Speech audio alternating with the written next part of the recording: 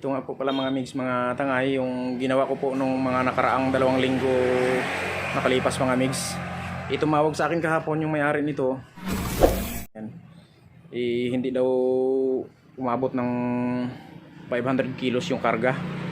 Kasi malambot daw yung spring. Nung nilabas po dito sa shop mga migs, okay naman po. Kaya lang nung ginamit daw po ng driver niya, 3 araw, napansin nila na lumambot yung spring niya, tagilid na daw po manakbo kapag maraming karga. Edi sabi ko po, ibalik nyo lang po rito para ayusin ko. Ngayon tuturo ko po sa inyo mga migs kung anong paraan na gagawin ko para bumalik po sa dati yung kanyang karga na aabot po ng mga 500 or mahigit pa, 500 kilos or mahigit pa mga migs, mga tangay. Yan. Ayan po, tinagilid ko na po siya mga migs. Tinukuran ko po ng kahoy na sigurado po. Ngayon, kapag magtutukod po tayo mga migs, siguraduhin po natin na wag po talaga siyang dudulas. Para safety po tayo dito sa ilalim ng top down na to or kulong-kulong. Ngayon po ang gagawin ko, ituturo ko po sa inyo mga migs kung paano ko po yan papatigasin yung spring. Dadagdagan ko lang po yung spring niyan. Ito po, lip spring po to. Yan. Mayroon po ako ditong lip spring na isang dahon. Yan. Ilalagay ko po dito mga migs. Ito po. Yan. Ilalagay ko po dyan. Pero tatanggalin ko po muna itong U-bolt. Yan. Saka dadagdagan ko po siya mga migs ng coil spring. Yan. Coil spring po. Dito ko po ipapatong yung coil spring. Diretso po dito sa chassis po ng ating kulong-kulong. Yan, nakaganon po yung coil spring niya dito. Ayan, nakabili na rin po ako ng coil spring mga migs. Dito lang po sa sa junk shop po ako nagbili. Yan. Ito po.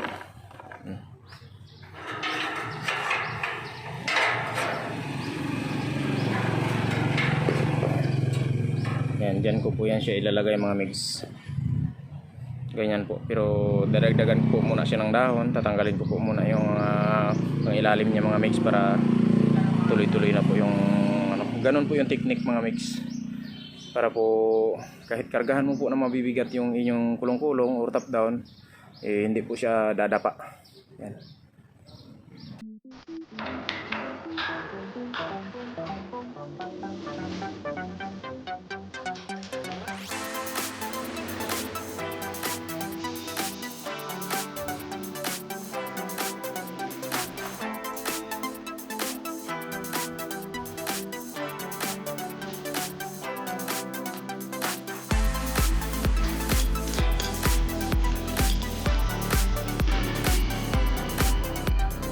Yan po, nakadikit pa po yung ating pinaka shafting niya po. At gagawin po natin dyan, tatali po natin to dito po sa tubo sa taas para po umangat yung ating pinaka axle niya po dun sa spring, para po mabunot po natin yung center bolt niya mga migs.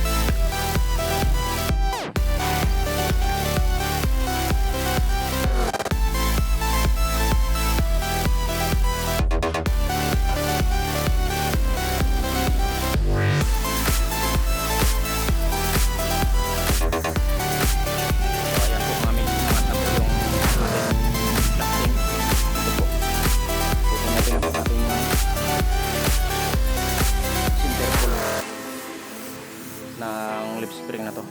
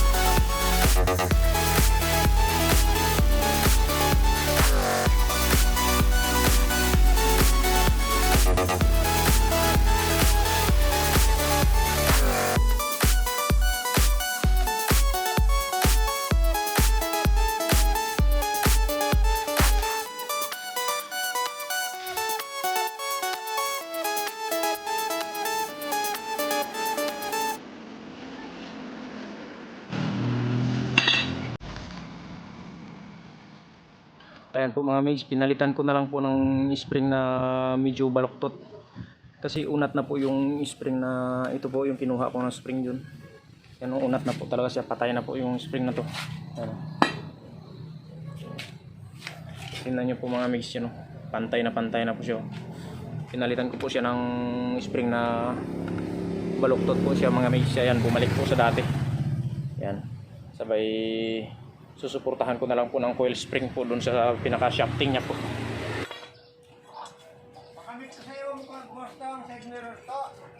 Busy pa ako. Hindi mo pa makabit? May gagawin ako bukas. Sa adlaw na lang. Sunod na lang? Oo. Talaga ba yung panitian? Dugay pa. Dugay pa. Makabit ko lang.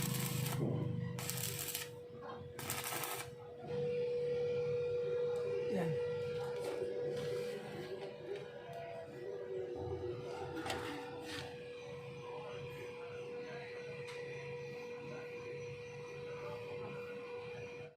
Ayan po mga migs, tapos na po yung ginawa kong paraan mga migs para po patigasin po yung ating side wheel, yung ating spring. Masyado po kasing malambot nung dinala po nila rito kasi umunat po, bagong bago po kasi yung spring. Pinalitan ko po ng spring na Tiger. Yan ang ipinalit ko kasi medyo baluktot po siya ng husto. Kaya pinalitan ko po itong spring na to na unat na po talaga siya. Yan, unat na po. Tapos instead na auxiliary po ang gagawin ko sana, nilagyan ko na lang po ng mga migs ng coil spring para suporta pa rin po na para tumigas pa rin po yung husto yung ating side wheel po ng ating kulong-kulong. Ayan po. I-winilding ko po yung dulo ng coil spring. Ito po, i-winilding ko po yan dito sa pinaka bracket po ng ating spindle. Pero nakasilo po yan ng nut po, 5/8 na nut to. Yan. Saktong-sakto lang po yung nut na 5/8. Sinilo ko po siya, tapos nilagyan ko po ng pinaka bracket niya rin po na wala pong welding yung coil spring na to. Ito lang po yung winilding ko.